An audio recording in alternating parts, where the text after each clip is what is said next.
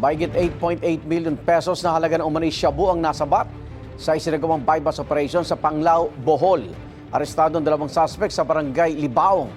Nakumpiska mula sa kanila mahigit 1,000 gramo ng hinihinalang shabu, isang baril, magasin, mga bala at ang perang ginamit sa operasyon.